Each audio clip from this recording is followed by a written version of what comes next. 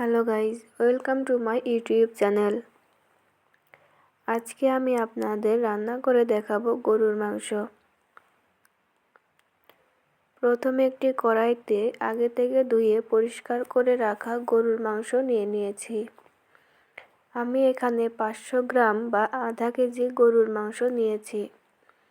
হাড্ডি, চর্বি, মাংস সব কিছু মিশিয়ে নিয়েছি। মাংসগুলো দেওয়ার পরে দিয়ে দেব অন্যান্য মশলা। প্রথমেই দিয়ে দিব বাটা মশলাগুলা।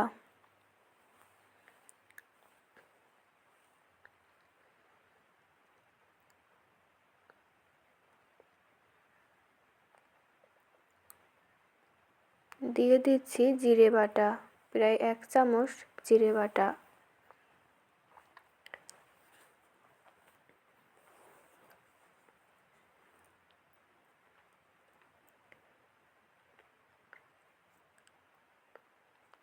এরপরে দিব মরিচ বাটা।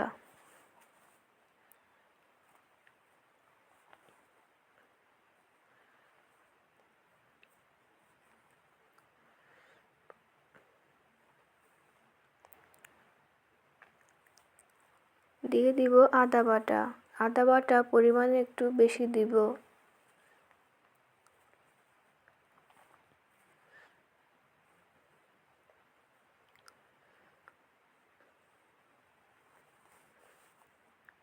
এরপরে দিচ্ছি রসুন বাটা, পেঁয়াজ বাটা,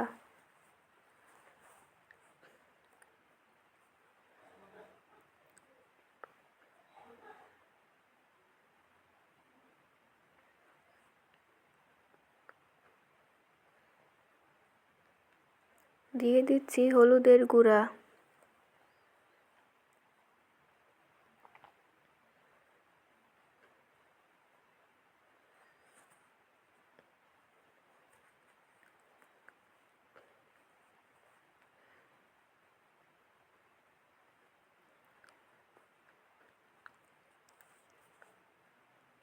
দিয়ে দিচ্ছি লবণ।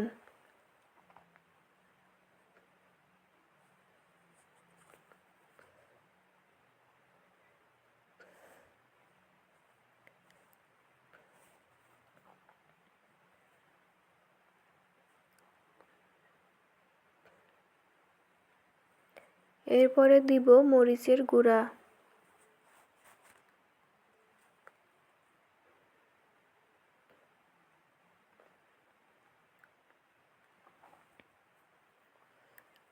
পেঁয়াজ কুচি,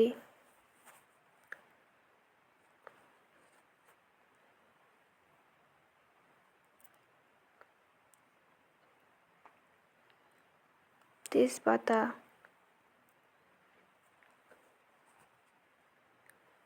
এলাচ, গোলমরিচ,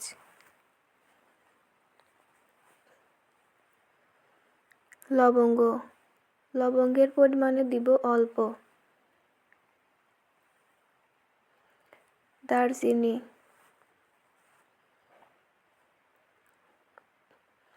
এরপরে দিয়ে দিব পরিমাণ মতন তেল।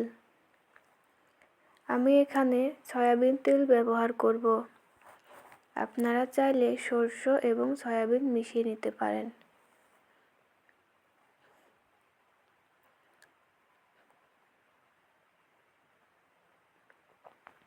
সব কিছু দিয়ে ভালোভাবে মিশিয়ে নিব।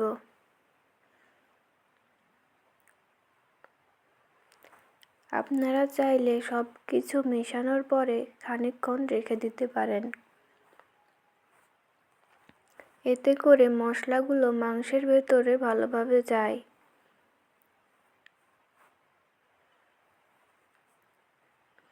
একটু বেশি সময় ধরে ভালোভাবে মিশিয়ে নিব।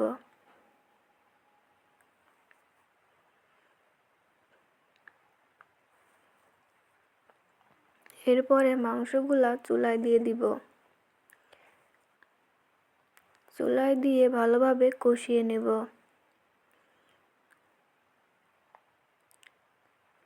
মাংসগুলা ভালোভাবে কষানো লাগবে, যাতে করে মশলা ভালোভাবে সেদ্ধ হয়।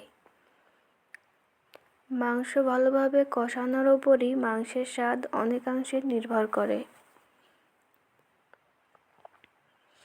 মাংসের তেল বাইরে আসা পর্যন্ত কষানো লাগবে।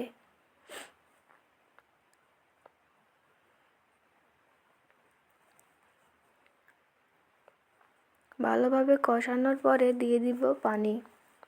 মাংসে সবসময় গরম পানি ব্যবহার করার দরকার। ঠান্ডা পানির জন্য মাংসের স্বাদ নষ্ট হয়।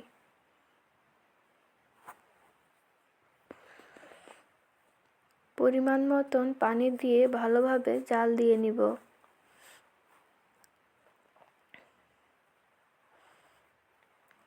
বাটা মশলার জন্য মশলা তৈরি করে নিব। ঝোল কমে এলে বাটা মশলা দিয়ে দিব।